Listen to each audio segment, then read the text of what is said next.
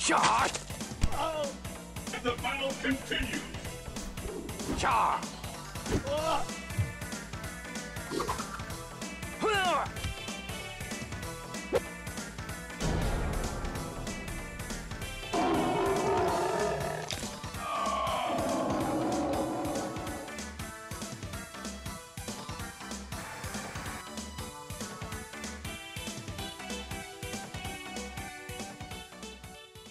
Hey, what's up everybody? Sid here again with another lore video on ESO dungeons.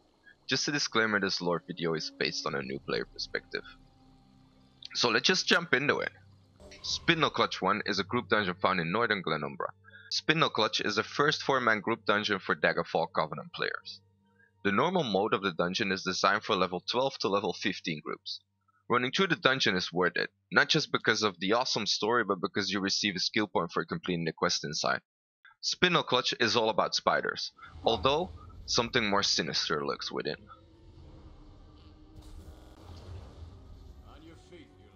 When we enter the dungeon, we meet Praxis Duar, our quest giver. When we talk to him, this is what he has to say. Wait, who's that? You're not from the Covenant. What are you doing here? It makes no difference. We need all the help we can get. We made a terrible mistake. We thought we were clearing out a simple spider infestation, but it's far worse. The whispers, they never stop. It's maddening. We got out, but our commander, Guardian Sudharim, is still in there. My fighters are exhausted, but if you push into the caves and clear out the spiders, we'll use fire to destroy their eggs. If Guardian Sudharim is still alive, we need to find him. Just don't listen to the whispers. They'll drive you mad. From what Praxin tells us, we now know that they tried to clear out the cave but lost a lot of men because something or someone is whispering to them, making the soldiers go mad. Unfortunately, not everyone got out of the cave and their commander is still in here. So he wants us to clear out the cave in search of his commander, while he and the other troops will burn the eggs so no new spiders will be born. He ends our conversation with a warning not to listen to the whispers.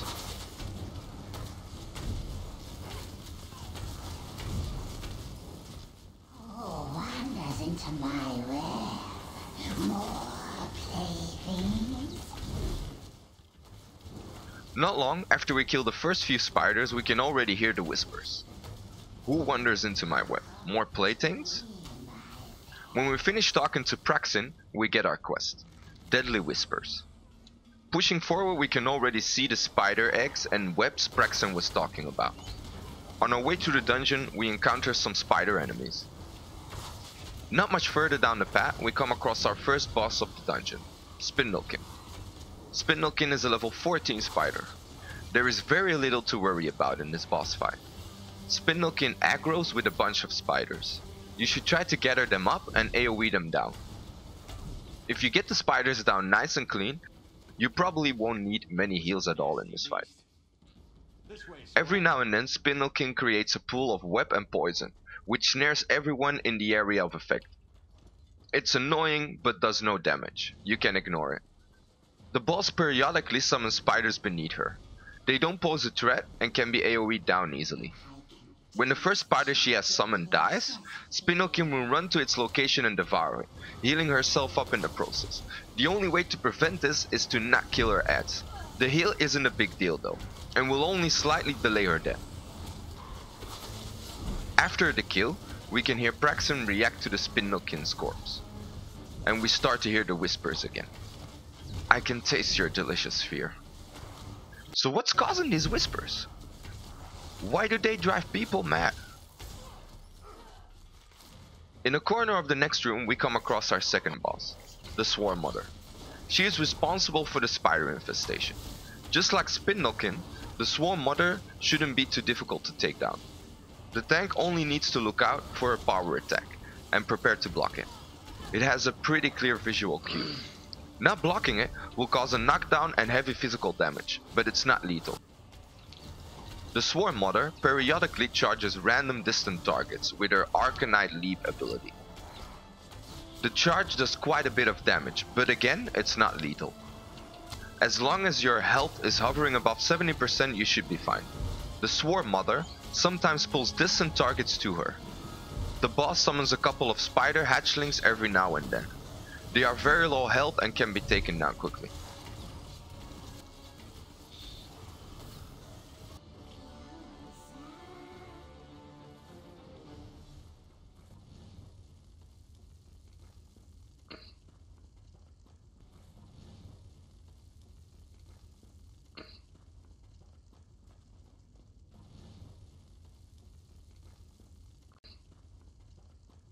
The whispers grow louder.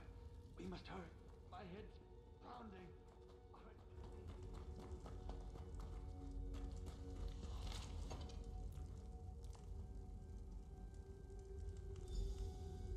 Kill them all. This pleases me.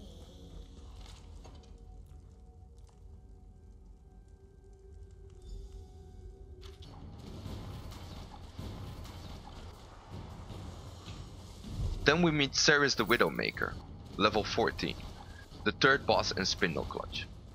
The fight itself isn't difficult. In fact, the big trash packs before her will probably prove to be more of a challenge than CERISE herself. CERISE also aggroes with a bunch of trash mobs. The mobs include corrupted healers, corrupted invokers, and corrupted infantry. You should take down the healers first, followed by invokers and infantry. The fight shouldn't be tough as long as you take down the ads before you focus on her. CERISE causes agony on the tank, dealing magic damage and stunning him. CERISE has a physical damage over time ability called Blood Craze, which just needs to be mitigated and healed through.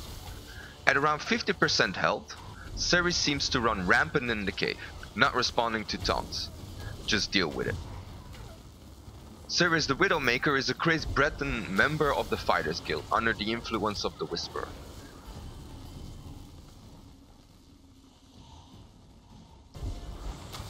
Walking a bit forward on our path, we find a Red Guard Knight corrupted by the Whisperer.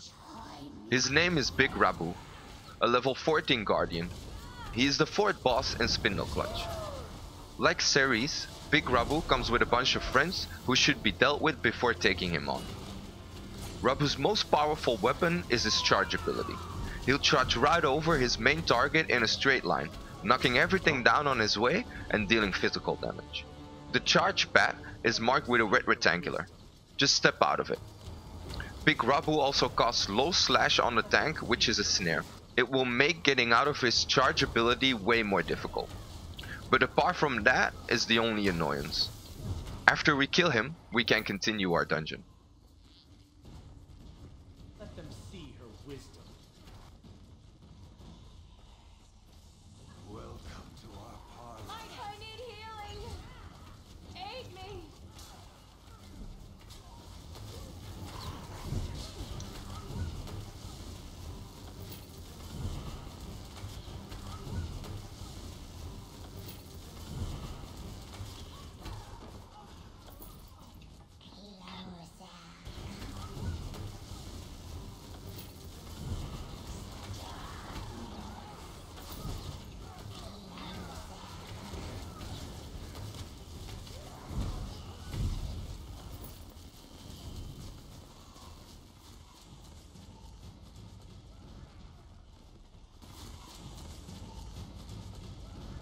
Down the line, we kill some enemies, and then we finally meet the source behind the whispers.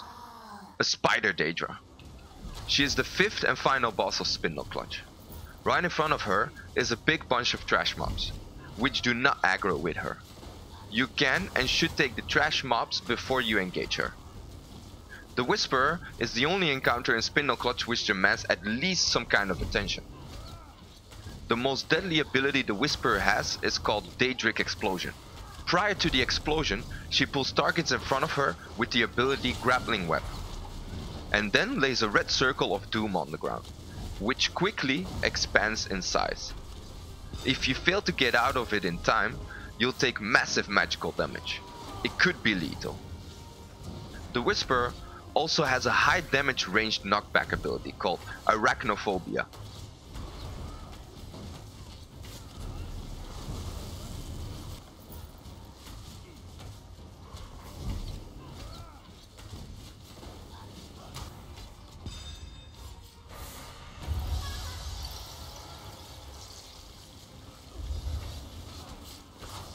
When we eventually kill her, we see the commander Praxin was telling us about, hanging in a web on a cross in the corner next to our exit. To finish our quest, we need to speak to him.